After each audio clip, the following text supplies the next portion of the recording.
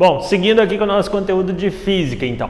Bom, lembra que a gente terminou de ver ali o tópico de energia, certo? A gente discutiu bastante coisa ali sobre energia, formas de energia, como transformar energia, vimos a conservação da energia, então a gente passou bastante tempo estudando isso. Agora a gente vai mudar um pouquinho o tópico e vai entrar num dos tópicos mais interessantes que eu considero, que é o de máquinas, ou máquinas simples. Tá, vamos lá. Se você pensa em máquina, provavelmente você pensa em máquinas elétricas, máquinas movidas a algum combustível. Tem muitas coisas que são máquinas do ponto de vista da física, mas que provavelmente você não considera uma máquina.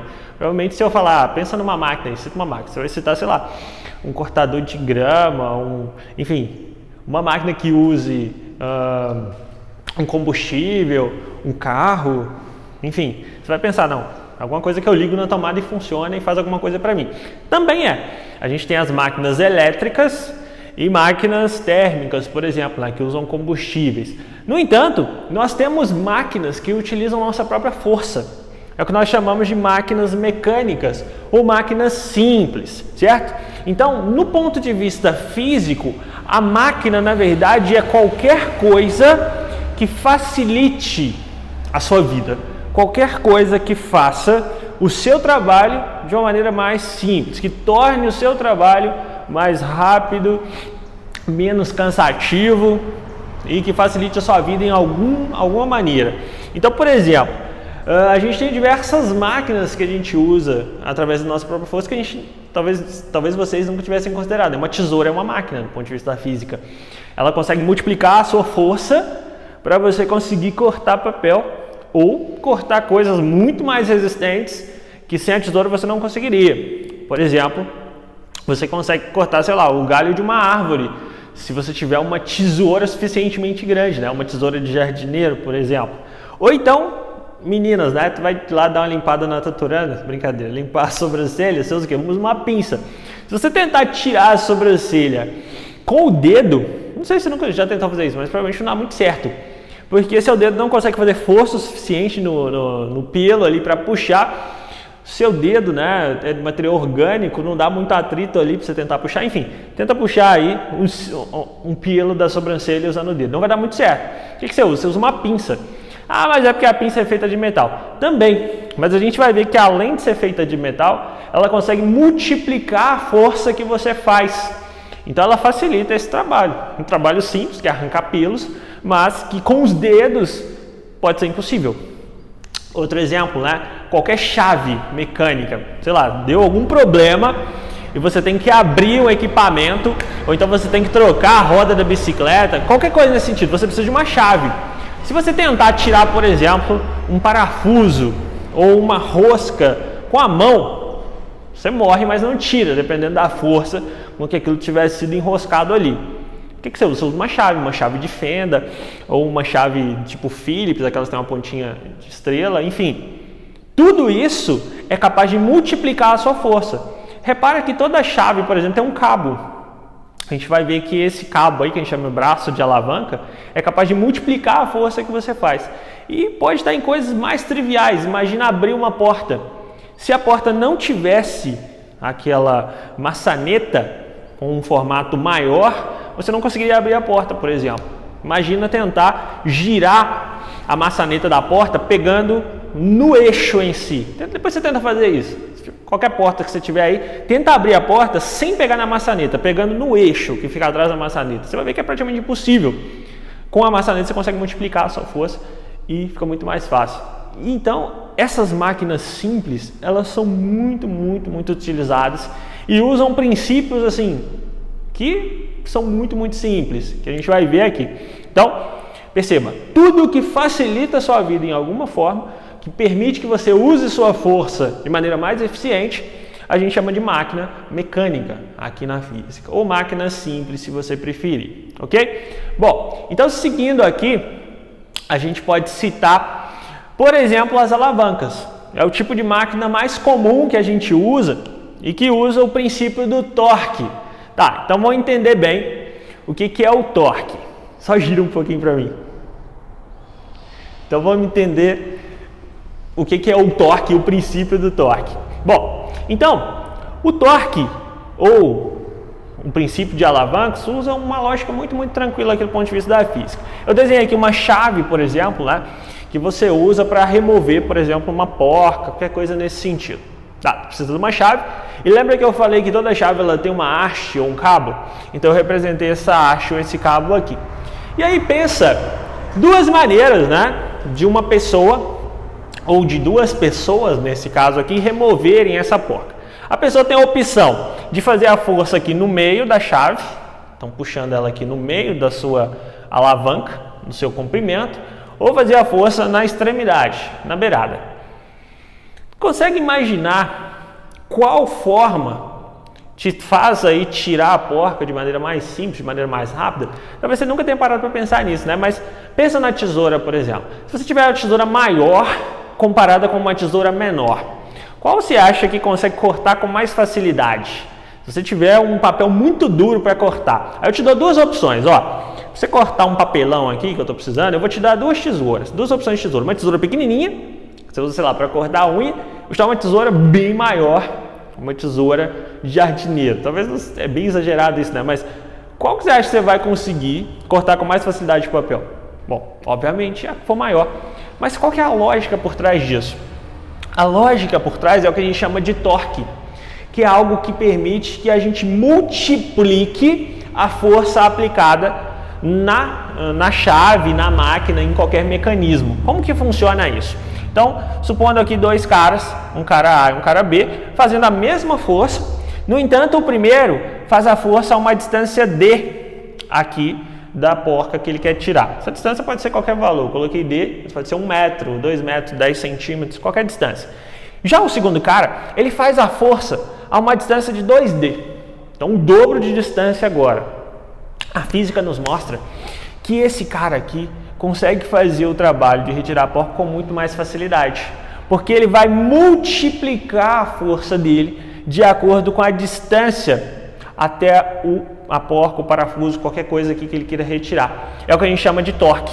Então, o torque é o produto da força pela distância de aplicação da força até o ponto que permite aquilo girar. Em outras palavras, vai ser a força que ele aplicou vezes a distância, quão longe daquele ponto ali de ação está aquela força. Então, com certeza, o cara B aqui vai realizar essa tarefa com muito mais facilidade, porque ele está usando o que a gente chama de braço de alavanca a favor dele. Ele está usando a distância a favor dele. Então, a mesma lógica que eu citei aqui de uma tesoura pequena e uma tesoura grande. Uma tesoura grande, ela tem uma haste maior, ela tem uma alavanca maior, ou seja, ela multiplica mais a sua força. Olha que interessante, você consegue multiplicar a força que você faz usando uma máquina desse tipo. Depois a gente vai ver vários outros exemplos ali. Então, o torque é dado em Newton vezes metro, já que ele é multiplicação da força, lembra que é em Newton, a força é dada em Newton, pela distância, que a gente sempre usa como padrão metro. Então, eu coloquei um exemplo aqui. Digamos que o cara aplique uma força de 10 newtons e use uma distância aí de aplicação de força de 5 metros. Ele consegue multiplicar a força que ele faz 5 vezes. Então, o torque que ele vai produzir, ou seja, o giro, a intensidade de giro que ele vai tender a produzir aqui vai valer F vezes D, 10 vezes 5. 50 newtons, portanto. Perceba, se o cara usasse uma chave ainda maior, ele multiplicaria a força ainda mais. Então significa que quanto maior a chave que ele usa, menos força ele precisa fazer no fim das contas, porque mais ele vai multiplicar a força dele. Digamos que ele use uma chave com 10 metros de comprimento. Isso é muito absurdo, né? Mas vamos pensar em centímetro. Sei lá, usa uma chave 10 vezes maior. Ele consegue fazer a mesma tarefa usando uma força 10 vezes menor, já que o torque tem a capacidade de multiplicar a força que ele faz. Então, isso torna tarefas que seriam absurdas, seriam muito difíceis e muito simples. Então, tentar tirar a roda de um carro. Tá, pegar a roda do carro do seu pai e tenta tirar na mão. É impossível. Até com uma chave já é um pouco complicado, né? Mas agora pega uma chave de roda bem comprida. Provavelmente no porta-malas, aí você vai ter alguma coisa nesse sentido. Você pega uma chave bem comprida, você consegue com uma força ridícula retirar a roda de um carro. Pensa bem, aquilo tem que estar preso ali com uma força muito significativa. Mas se você usar uma ferramenta que tem um comprimento adequado, isso se torna simples, ok? E a mesma coisa vale para outros exemplos, para qualquer outra aplicação de ferramenta. Sei lá, abrir uma lata. Perceba que sempre que você compra um refrigerante, ele já vem com uma alavanca embutida, que é aquele anelzinho. Imagina se você tentasse abrir a lata de refrigerante usando o dedo. Tem que fazer força ali. Você corta o dedo, mas provavelmente você não abre aquilo, porque tem uma pressão muito grande por causa do CO2 ali dentro. Aquele anelzinho, na verdade, é uma máquina. Olha que interessante. Aquilo consegue multiplicar a força que você faz. Repara que ele tem um certo comprimento, né? Quando você puxa o anel, ele multiplica a força que você faz no dedo e aplica ela na lata. Então, tu consegue abrir a lata usando a força do dedo, só que não aplicada diretamente. Você multiplicou a sua força e aí abrir uma latinha no dedo, que seria uma coisa bem ingrata, se torna uma coisa simples, trivial. E daí você pode citar vários outros exemplos, né? Abridor de garrafa, como eu disse, qualquer chave, cortador de unha. Nós temos cortadores de unha naturais, né? Pelo menos das mãos, que são os dentes, mas geralmente não corta muito retinho, muito bonitinho. Então provavelmente você vai usar uma tesoura ou um cortador de unha. Qual que é o princípio do cortador de unha? A mesma coisa numa tesoura, né? Você faz a força na haste e como a haste tem um comprimento, ela multiplica a sua força de acordo com aquela haste. E aí você consegue cortar as unhas, que são bem resistentes, né? Por causa da queratina que elas possuem. Tem uma proteína aqui que deixa elas bem resistentes, de maneira até trivial, simples. Perceba, inclusive, quando você vai cortar as unhas dos pés, né? Você usa cortadores de unha maiores. Você pode usar o mesmo, mas provavelmente quando você compra um kit, alguma coisa nesse sentido, o cortador de unha para os pés é maior. Por quê? As unhas são maiores e geralmente são mais grossas, né? Mais resistentes. Qual que é a lógica? Se eu tenho uma haste maior, eu consigo cortar as unhas fazendo menos força. Porque essa haste aí, lembra que gera um torque e multiplica a minha força. Então, o princípio das máquinas simples, pelo menos das alavancas, é bem tranquilo. Elas multiplicam a sua força de acordo com a alavanca, que é essa distância aqui de aplicação da força até o ponto do que você quer agir ou de onde você quer agir, de onde você quer aplicar a força no fim das contas. Então, um princípio bem interessante, né? Então, entenda isso. Quanto maior a distância do braço de alavanca, quanto maior o braço ou a haste da ferramenta, menor é a força que você precisa fazer para gerar um determinado resultado. Então, se você consegue realizar uma tarefa com menos força que você realizaria antes, é porque esse dispositivo aí é uma máquina. Lembra a definição que a gente viu? Ele facilita a sua vida de alguma maneira. Não necessariamente precisa ligar na eletricidade ou usar um combustível. Bem interessante, né? Bom, dito isso, a gente tem vários tipos de alavancas. Para ser mais exato, a gente tem 3 tipos de alavancas que é importante vocês conhecerem, que vai aparecer aí, vão aparecer nos exercícios. Mas para isso, a gente precisa definir ou entender rapidinho aqui 3 coisas. Primeiro, força potente. O que é força potente? É a força que você faz. Então, quando você vai cortar papel usando uma tesoura, você precisa agir, ou seja, fazer uma força potente ali na tesoura. Então, é a força que você, agente, faz. Então, a força potente geralmente vai ser a força que o humano vai realizar na ferramenta. Simples assim. Já a força resistente vai ser a força que, obviamente, vai reagir ao que você está querendo fazer. Por exemplo, quando você tenta abrir a lata resiste a isso, já que ela é feita de metal, né?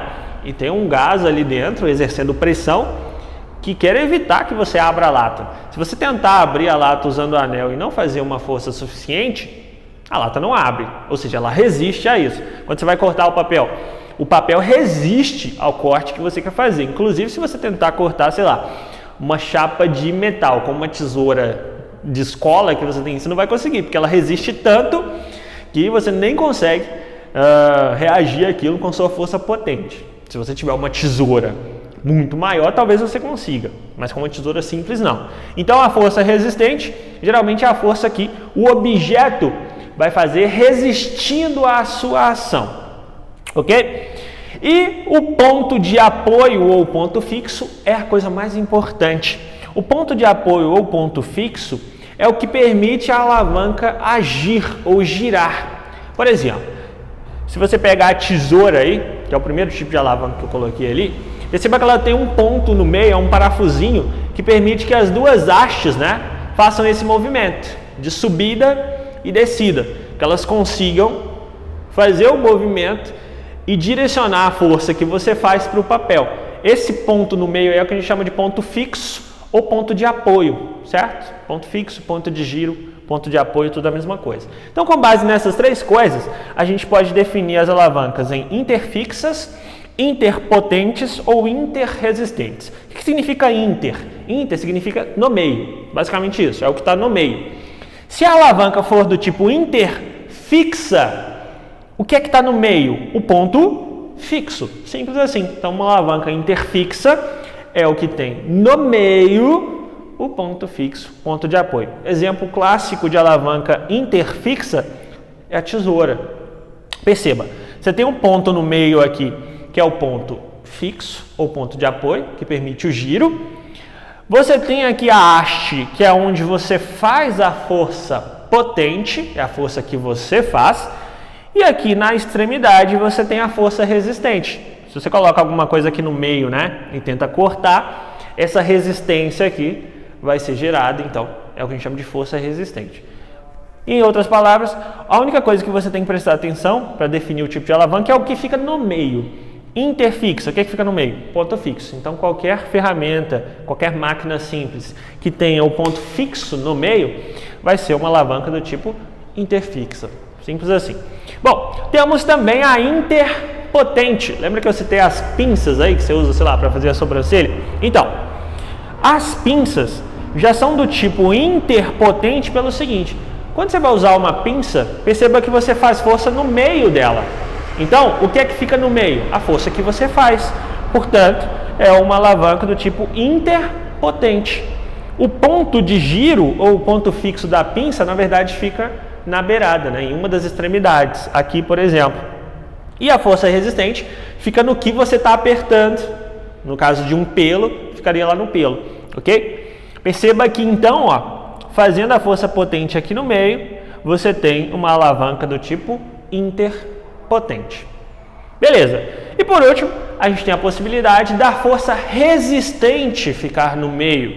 Daí o nome da alavanca ser interresistente. Inter, no meio. O que fica no meio? A força resistente. Exemplo clássico que você vê em qualquer obra, um carrinho de mão. Perceba que no carrinho de mão, você tem o ponto de apoio lá na rodinha, que fica numa das extremidades. Você tem a força resistente gerada pelo que você está carregando ali no meio. Então, portanto, é do tipo interresistente. E a força potente, que é a força que você faz, fica na beirada, fica nas hastes ali, ou no cabo, né, do carrinho de mão.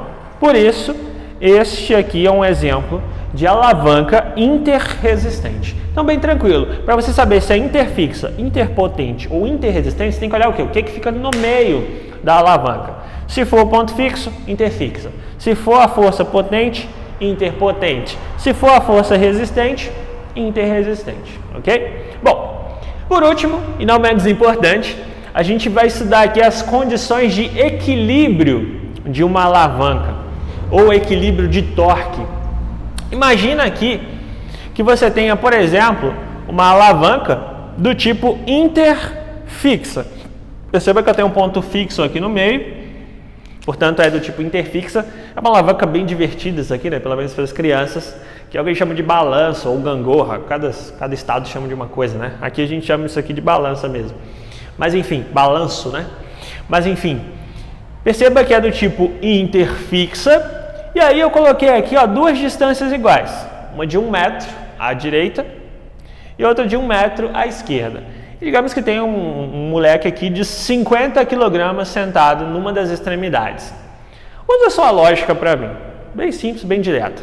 Se aqui tem 1 metro e aqui também tem 1 metro, qual deve ser a massa de outra criança ou de outro objeto que tem que ser colocado aqui para que isso fique em equilíbrio? Ou seja, nem suba para um lado, nem suba para o outro lado. Bem intuitivo, né? Se aqui são 50 quilos, aqui também devem ser 50 quilogramas. Por quê? Porque a distância até o ponto de apoio, até o ponto fixo, é a mesma. Então não faz muito sentido você ter massas diferentes, né? Perceba que a balança de Libra, que é um dos símbolos mais usados quando você quer falar de justiça, por exemplo, né? Usa esse princípio. Como é que funciona uma balança de Libra ou balança de pratos? Você tem dois pratos e aí no meio, exatamente no meio, você tem um ponto fixo que permite que os pratos subam ou desçam. Se as alavancas são iguais, né? Por que isso tende a significar equidade? Porque a mesma quantidade que você colocar de um lado, você tem que colocar do outro para manter aquilo em equilíbrio. Porque as hastes ou os braços de alavanca são iguais. Então, em resumo, para você manter uma alavanca em equilíbrio, você tem que ter o mesmo torque de um lado e do outro. Se você tentar balancear aqui, você vai ver que funciona. O torque é o que? É a força ou a carga que está ali vezes a distância.